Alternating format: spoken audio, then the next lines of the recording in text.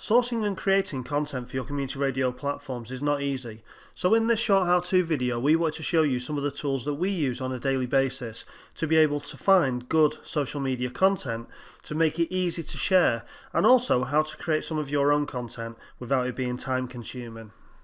The first tool is a great little tool which is free from Google called Google Alerts. A very simple tool which allows you to search the internet on a daily basis for anything at all that might be relevant to your community radio station. One way that many businesses use this tool is to search for themselves, and if they can find any articles, blog posts, or content which mentions their business name, it gives them more content to share about themselves, especially if it's positive. To find Google Alerts, all you do is go to Google and in the search box type the term Google Alerts. This will then bring you to the Google Alerts page. Click on this and then you're given the option to type in any content you look for. As you can see here, we search for our business name on a regular basis, but we also search for terms around tenders, around funding, anything which might be relevant to your business. So you can search for anything at all that you want to. Let's say for example that we wanted to make sure whenever any news about All FM in Manchester was released, we were the first to hear about this. All we type in the alerts box is All FM, and then tell it to create the alert.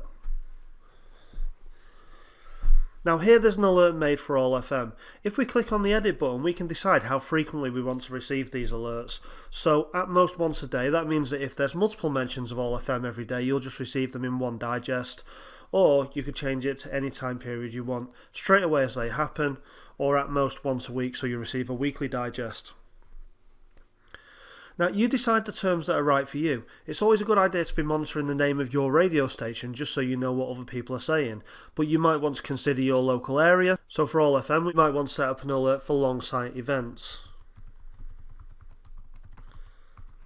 It's likely that that term will catch any events that are being publicised that are taking place in long site. A great way of making sure that your What's On guide is populated. You decide the terms that are right for you, but it means that you're never going to be missing out on the latest news. Tool number 2 that we would like to show you is a fantastic tool called Canva. Now Canva is a social media content creation tool. It allows you to create images, covers, bits of content for your social media channels, and because it's built on a number of templates it makes it very simple to do. So you can sign up with your Facebook page or your Google page, or you can sign in with email.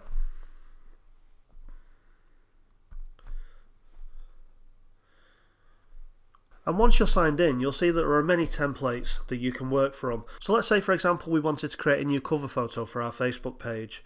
If we click on cover photo, it will give us a template to work on that is created to be the ideal size of a Facebook photo. This means that Facebook then can't skew or stretch your content and ruin the way that you want it to look.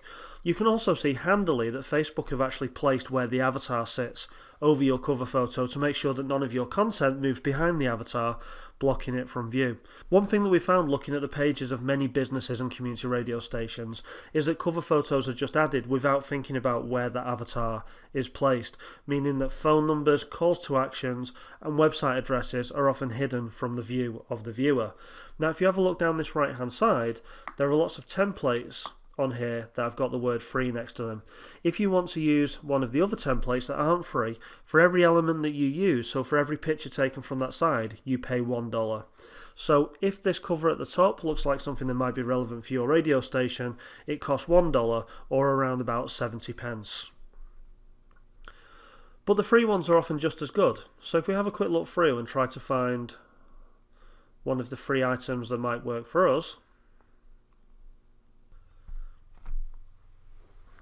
we can take this image and then very quickly edit it to say whatever we want to it say.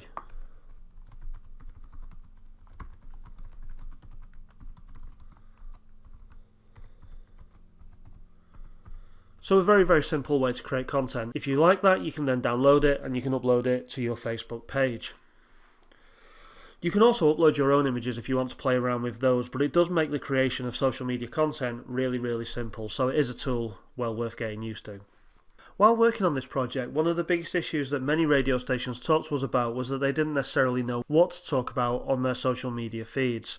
So one of the things that we often suggest to people is that they actually use events that are already taking place, whether it's events in your community or events nationally that people are already aware of. One fantastic website for being able to do this is this website called daysoftheyear.com. So if you've got your social media team together at the radio station and you're thinking about the type of content you could produce for July, and this would apply for the radio station as well as the social media platforms, use daysoftheyear.com, click on July, and we will see many of the events that are taking place across that month. So using this website, we can look at the variety of days that are taking place across the world, and it might be that we use them as a catalyst for content for our social media platforms. Straight away on the 1st of July, we can see that it's International Joke Day. Use your Twitter feed for that day and just post a joke every hour, or a cheesy joke every hour using the hashtag International Joke Day. There will be people around the world that are also using that hashtag, that are having that discussion, and if they're searching on that hashtag, they may come across your radio station, and who knows, interact with the station, share your content, or even become a listener.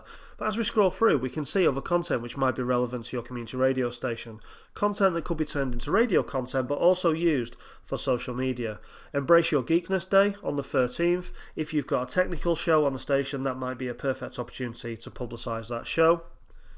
Junk Food Day could be an opportunity to get somebody in from a local health service to talk about the effects of junk food on the body.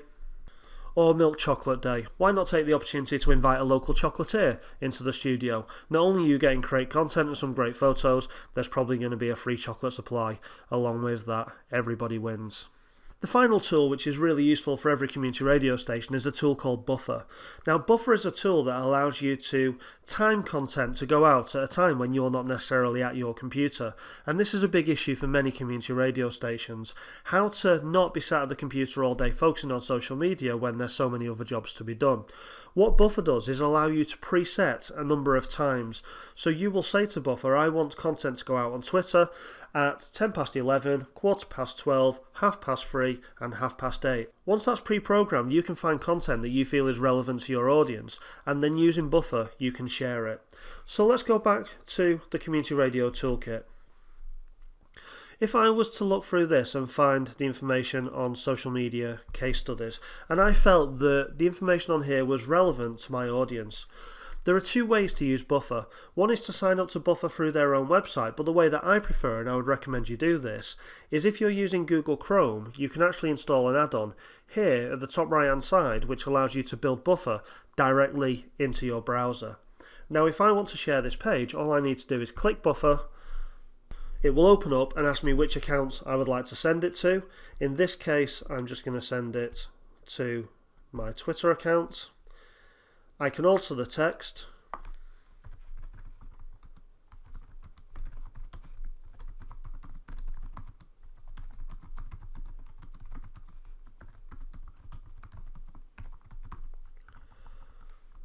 Actually, let's make that into a hashtag as well, just for a bit of extra promotion. And we can then choose an image to go alongside. Now what you'll see as you're typing is that we've got a number here which tells us our message limit, so we can go right up to the limit if we want to, and if we really wanted to, you could share it to Twitter and to any other social media platform that you're connected to at the same time. What we do then is we click Add to Queue, which will put it into one of our preset times, or if you've got a certain time that you would like this to go out, you can click Schedule Post and pick exactly what time you would want it to be published. Very, very simple. That means that when you come to work in the morning or even the night before you leave, spending 20 minutes on the internet finding relevant content and using Buffer to schedule it for the following day makes social media manageable, as do all these tools. Every community radio station is completely different, but what we hope you get from this video is that there are a number of tools out there, and if you can figure out the best way to get them to work for you, they can save you a lot of time and effort when putting out amazing social media content.